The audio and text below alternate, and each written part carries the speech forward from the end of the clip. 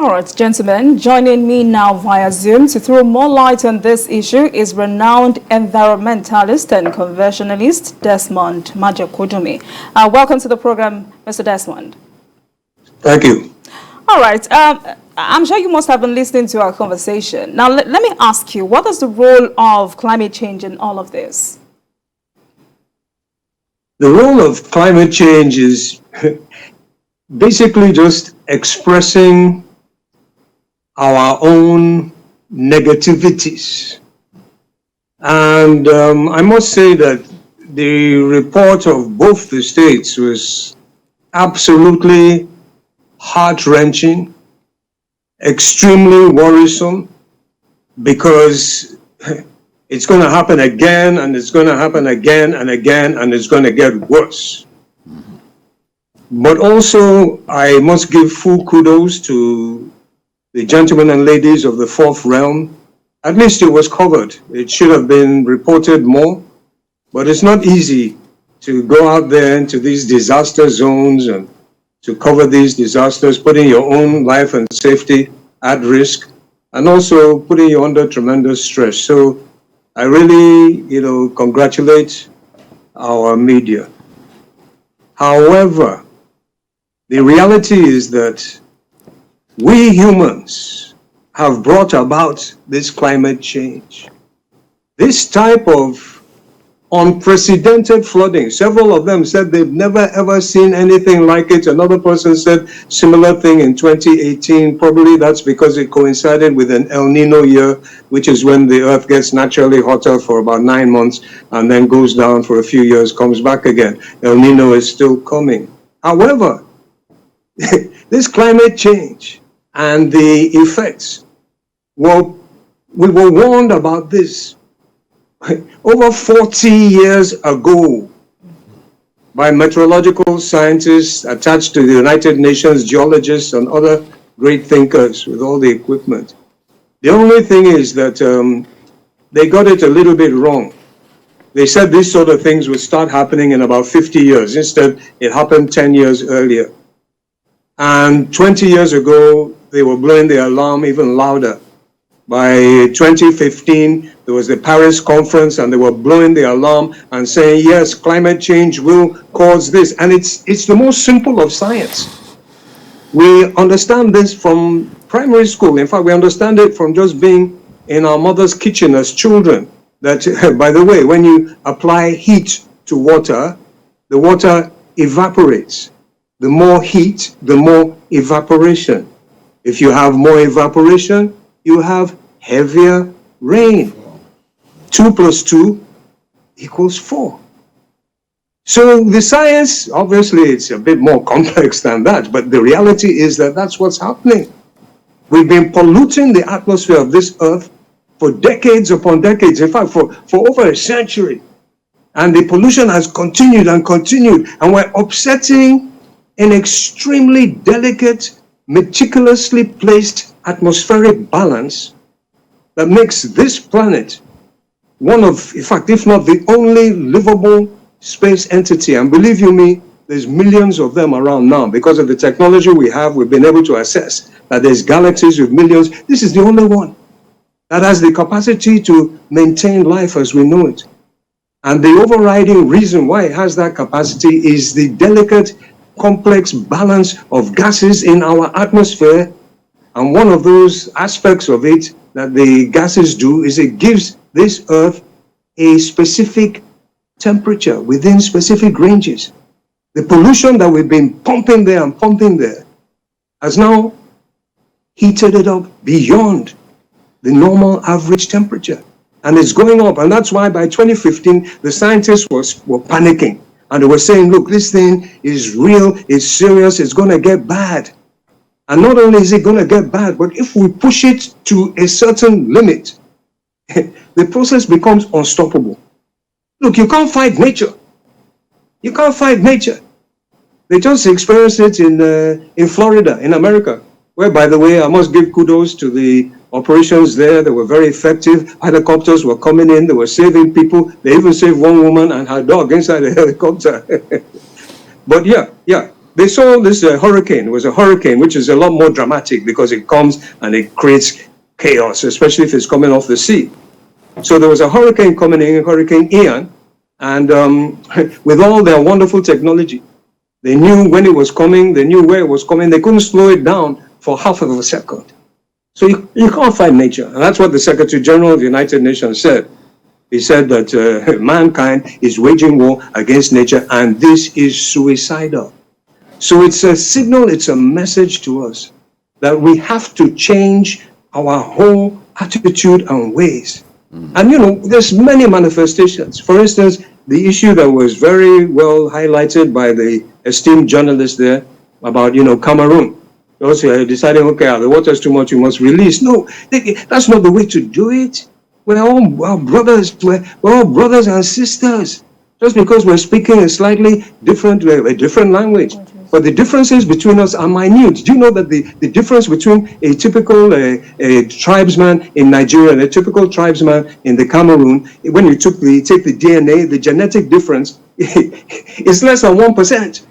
Yes, the difference between Igbo and Yoruba is less than 1%. 99% of our genetic makeup is exactly the same. There's just some external differences. And then we allow cultural taboos to come in and all kinds of things. And then we can't even behave like our brother's keeper. From time, the Cameroon people should have known, okay, this thing is coming. Let's work with the Nigerians now, how to do measured, slow release as much as possible. And meanwhile, the Nigerians are receiving it. But also, apart from the climate change, which we humans have caused and brought upon ourselves, the massive desolation and destruction of the biospheres there. That is the massive deforestation. And in some areas where we have these mangrove swamps, terrible amounts of this sand filling. All these things are also affecting, because I believe that there's some of those rivers, the banks and the bottom, the bed of the river has been raised because there's been more erosion, because the trees that used to prevent the erosion with their root zone have been long since cut off, because people are looking for firewood to cook their food when kerosene should be available, and even other more cleaner systems are available, but they're not being practiced. So it's us. We have brought this upon ourselves. And basically what's happening, we've come to a crux. Nature is saying, okay, humanity, you've done enough. You've done enough, and I must give you back what you're doing. And if you don't change, I'm going to give it back harder and harder until you do change. And the changes are all there. It's all there in our scripture. It's not very complex. The scripture says that we should love God above all else. The scripture says, peace be unto you. Love your neighbor. Are we doing this? No. And because we're not doing this, nature, who is the ultimate mother of us all. Let me ask you one question. A little over a month ago, in Katsina State, ice flakes came over farmlands. Oh, ice flake in Katsina. My brother, you've been to Katsina, eh? It's a hot place. So. What more warning do you want? That's why the Secretary General of the United Nations, he said that the alarm bell is blowing loud. It can't even blow louder. They've said it and they said it. They have access to all the info. He can pick up the phone and he can say, okay, what was the average rainfall in Lagos in 1997? Boom, within minutes he has it. Or show me a photograph of the desert area in Yobe State 40 years ago. Show me photograph 40 hours ago. Bam, he's got it. So he has access to all the information and he's panicking. But there's hope. There's hope because we're seeing some coming together now. Yeah, some international groups. One of them is being driven very strongly by King Charles of the UK, who has been an advocate for nature, advocate for environment, just like his father for many, many, many decades. So there's some pressure groups now coming together and saying, look, money must be made available to countries that are going to be hard hit by this climate change issue. Those monies will be used for adapting, developing very rapid systems, like in Taraba State, some dam systems would help. If we build our own dams, and then we can receive some of the waters that are released. Likewise in the other states, there's systems that can be put in place to help us to adapt. Lagos also is under risk from coastal erosion, and then also to mitigate, so that we ourselves will now start to transit to cleaner energy systems, to better waste systems, to more healthy lifestyle systems in our development, so-called development. All right, Desmond. In the case of Kogi State, what can the state government do? Well, they need to go all out. I mean, if I was the governor there, I would dedicate all my allowances and the allowances of all my people in my assembly towards getting relief materials for the people. That's just what has to be done. We can't allow these people to go through all that. And then on a sort of a medium term, they have to look at more suitable agricultural activity. And it was so painful to see all those lands just wiped out, But there are certain types of agric systems that will work in a more flooded area, and they're going to have to relocate a lot of those people, and then massive tree planting in the catchment, in some of the catchment areas will help. But the main thing is just to recognize that we have a problem on our hands, and we need to come together as brothers and sisters to solve this problem. The solutions are there, but they need to be done practically. Like a classical example of how a solution has not done very well was that decades ago, there was money allocated for planting millions of trees in the desert area, because that will help to alleviate it a bit. And instead of the trees getting planted, the people who were handling the money, they planted a lot of mansions in their places and so on. But that was, some decades back. I don't want to mention names. There's no point. But even more recently, they had this project called the Green Wall, Desert Wall, which Nigeria was supposed to be spearheading. And we haven't done as well as we should with that. We need to take this thing far, far more seriously. We need to wake up. Look, there's a fundamental reality, and we're seeing it being expressed by nature right now, that God is not mocked. Whatsoever you sow, you reap. That's basic, fundamental. It's in science, it's in physics, it's in metaphysics. Action begets reaction. So whoever is responsible for caring for the people better do it very, very well. And every iota, every ounce that was given for that caring better be deployed to that, because it's going to come back. This is just basic, fundamental physics and metaphysics. It's there in every scripture. It's there in the Bible, the Holy Quran, the Bhagavad Gita, you name it. Anything that's worthy of being called scripture that expresses the thoughts and the words of the Almighty, it is there. The law of retribution. So now is the time. We are approaching the end of the year. Desmond, we're approaching the end of the year. I'm just wondering, how much longer can the people of Kogi State, for example, how much longer can they stay underwater? Because NIMET has told us to even expect more flooding. I know. Expect more floods. And at the time when the rains should be easing off now, and they're coming even heavier. It's really, we need to generate more information on this, and we need to appeal to the compassion of Nigerians. And that gives me hope, because we're very, very compassionate people. You just see a small little accident on the side of the road, people will rush and help and so on, We need to create more awareness, because those people, my brother, they go suffer there. And it's not of their making, apart from a bit of irresponsible deforestation, which again, if the awareness had been brought to them, save your forest, protect your forest, plant more trees, then they would have cooperated, So yeah, what can be done is just we need to maybe start a big awareness campaign and alert for the brothers and sisters and and especially the children. What have the children done to deserve this? None of this is anything to do with their own decisions, and yet they're the most vulnerable.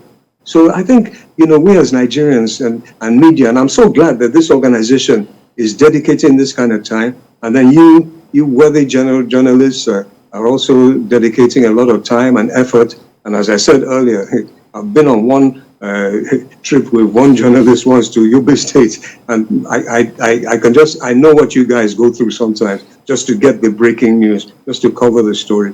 But I think if we push it out more, we'll be able to get more support for these people, and maybe we have to appeal to the international organization, to Oxfam and so on, because it's a serious matter. One's heart really breaks for the poor people there. But it can get better, and it should get better, and by God's grace, it will certainly get better when we come together as brothers and sisters, fighting a common cause. It's our life support system, for God's sake. We shouldn't be wrecking it. We should be nurturing it. We should be replenishing it. In some of the states in our country, we see clearly that the drainage architecture cannot take in as much water as we are seeing these days.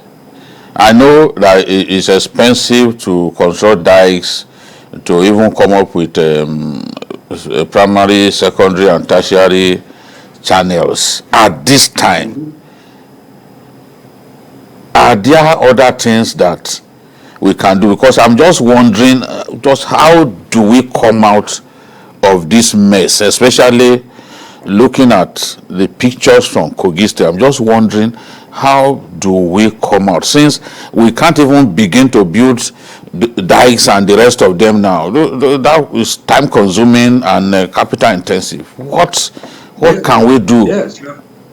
Yes, no, you're absolutely right, my brother. We were warned, and we didn't take the warning seriously. We ignored it and so on. And now the thing has come to hit hard, very, very, very hard.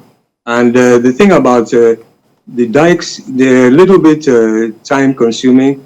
In terms of the funding, as I said, if we come together as a more unified group at this meeting that's coming up, there's the COP27 meeting that's coming up in Egypt. This is a conference of the parties over climate change. And all the world governments will be represented. It's a United Nations meeting. And the Secretary General is also pushing that funding should be deployed to countries that have been hard hit, countries like Nigeria, which is in a vulnerable location because of the desert area and our coast and so on. So if we can come together as a unified voice, even if it's just the West African countries, and I do believe that Nigeria can lead on this, and we come together and say, yes, we're here now, we want to get funds for our adaptation, and we're going to deploy it in such and such a way, and we come up with good plans. That's the deployment will be done, and it will be done, in a way that is credible and that can be easily monitored. So, at least for next year, in preparation for next year and the year after, because the rains are coming back, they will pass. And that's the good news, that, we're expecting more heavy rains, but that's going to come in the next few weeks. There's going to be more flooding there. And that's why the immediate thing is just to go in there and evacuate people, put up IDP camps if we can, and so on, and try to at least save lives and especially prevent disease from breaking out.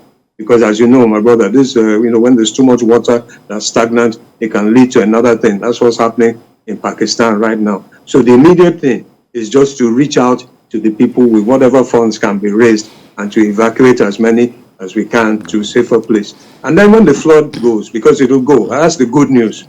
The good news is that the water will stop, the rain will stop falling, the water will recede. Then we now come in with fast measures. There's certain type of dike systems which can be developed over a 6-month period if we're very serious about it. Get the right kind of machineries in there.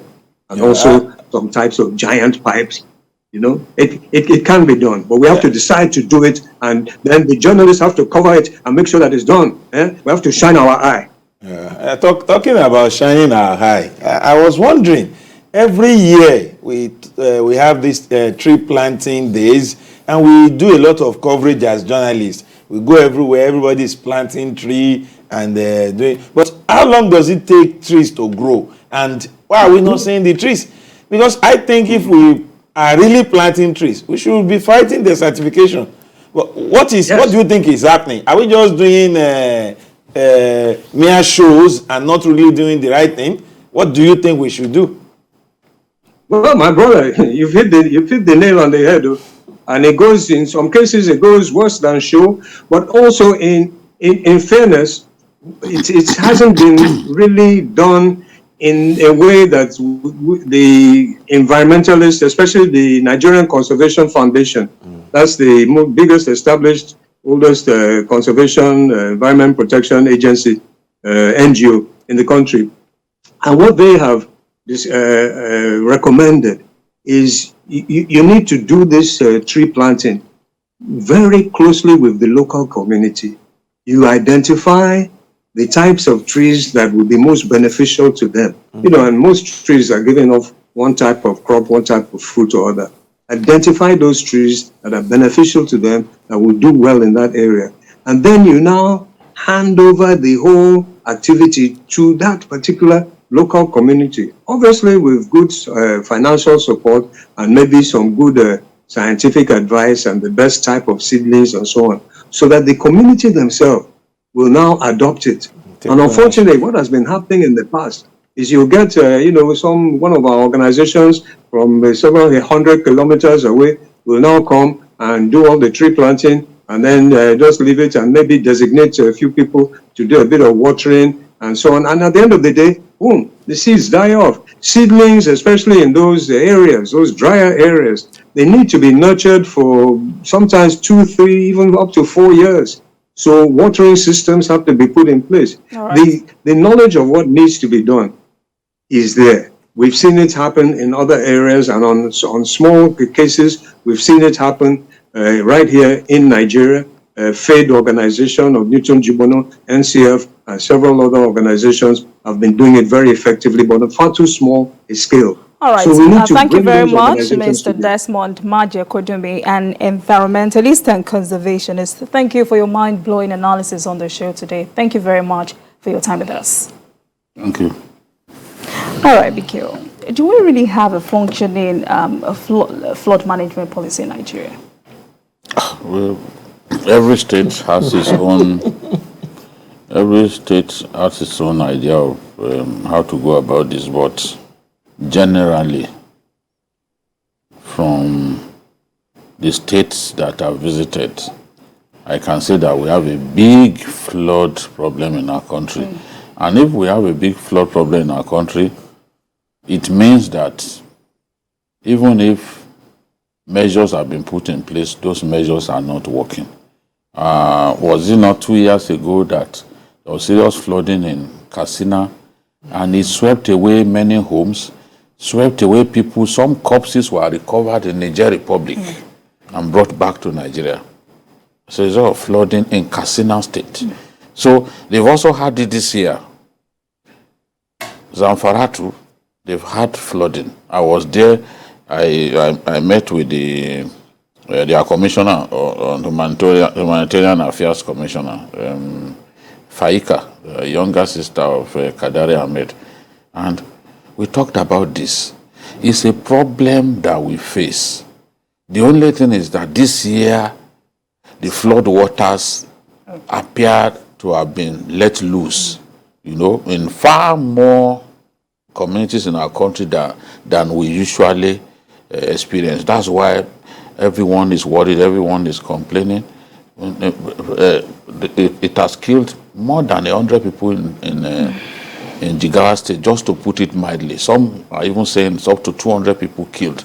How can we allow storm waters to kill that many people in our country? It shows that we need to do a lot.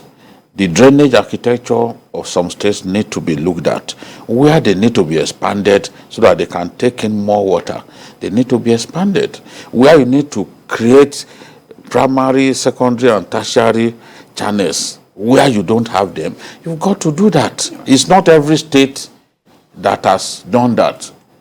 You know, Bolaji Johnson administration in Lagos State laid the foundation for what we now have in Lagos. And frankly, if Lagos should experience the scale of problem that they have in some of these states, where only forced local governments will escape from flooding, honestly, I don't know how we'll be able to cope.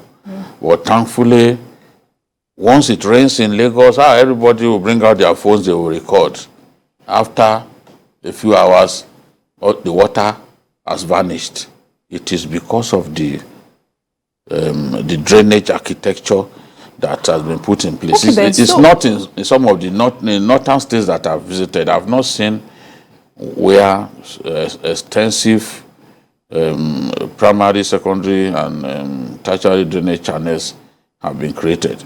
I've not seen anyone. All right, Dari, quickly in a few seconds, taking a cue from what Bikio just said, what could be stopping other state governors from taking a cue from Lagos? That's infrastructural. It's not something they can wish to come about. It's something that takes a lot of planning. The drainage system in Lagos is something government after government have been building upon. Right from the First Republic, you mentioned Bolaji Johnson, and it took time. All we can tell other state governments is to start now too. Start now, start mitigating the disasters that happen. And beyond the infrastructure, let's also try and help nature. We have the conservationists telling us, let's plant more trees. He said if we allow